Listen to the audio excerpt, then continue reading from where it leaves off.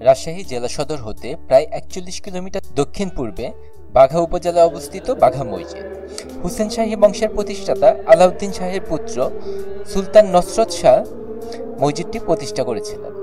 পরবর্তীতে বিভিন্ন সময় এই মসজিদের সংস্কার কাজ করা হয় এবং মসজিদের গম্বুজগুলো ভেঙে গেলে ১৮৯৭ সালে নতুন করে ছাদ দেওয়া হয়।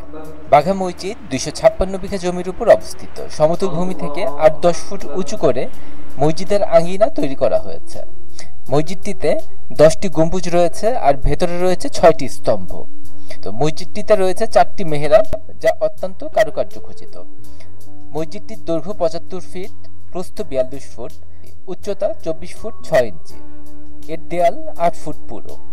মাঝের দরজায় ফার্সি ভাষায় একটি শিলালিপি রয়েছে। এই মসজিদটির চারদিকে প্রাচীর দিয়ে ঘেরা এবং প্রাচীরের দুদিকে দুটি প্রবেশদ্বার রয়েছে। মসজিদের ভিতরে ও বাইরে সর্বত্রই টেরাকোটার নকশা রয়েছে। বাংলার স্বাধীন সুলতান আলাউদ্দিন শাহের পুত্র নাসিরউদ্দিন নসরত শাহ জনকল্যাণার্থে মসজিদটির সামনে একটি দিঘি খনন করেছিলেন। শাহী মসজিদ সংলগ্ন এই দিঘিটি ৫২ বিঘা জমির উপর নির্মিত। এছাড়া মসজিদ সংলগ্ন মাটির নিচ থেকে মহল পুকুর আবিষ্কৃত হয়েছে। ১৯৯৭ সালে মাজারের পশ্চিম পাশে খনন কাজের ফলে ৩০ ফুট বাই ২০ ফুট আয়তনের একটি বাঁধানো মহল পুকুরের সন্ধান মেলে। এই পুকুরটি একটি সুড়ঙ্গ পথ দিয়ে অন্দরমহলের সাথে যুক্ত ছিল। বাঘা মসজিদটির গাঁথনি চুন এবং সুরকি দিয়ে।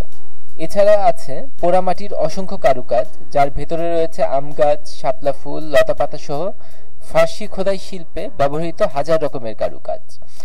মসজিদ সংলগ্ন এলাকায় প্রতি বছর ঈদুল ফিতরের দিন থেকে ৩ দিন পর্যন্ত বাঘা মেলার আয়োজন করা হয়। এই মেলাটি ৫০০ বছরের ঐতিহ্য।